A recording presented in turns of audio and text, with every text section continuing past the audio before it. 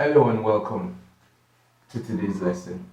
In today's lesson, we'll be considering oral English aspect of English language as we know it. Now, in this lesson, we'll be looking at the different sounds in English language, which are broadly categorized into vowels and consonants.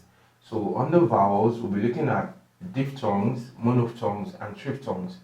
And also, under consonants, we'll be looking at the different groupings of consonants and how they are deployed.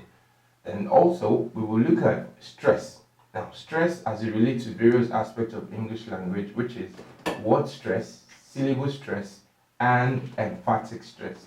And last but not the least, we'll be looking at the phenomena of rhyme in English language. Thank you.